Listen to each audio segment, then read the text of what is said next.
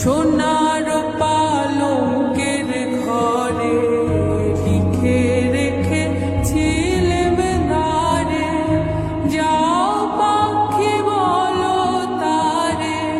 সে যে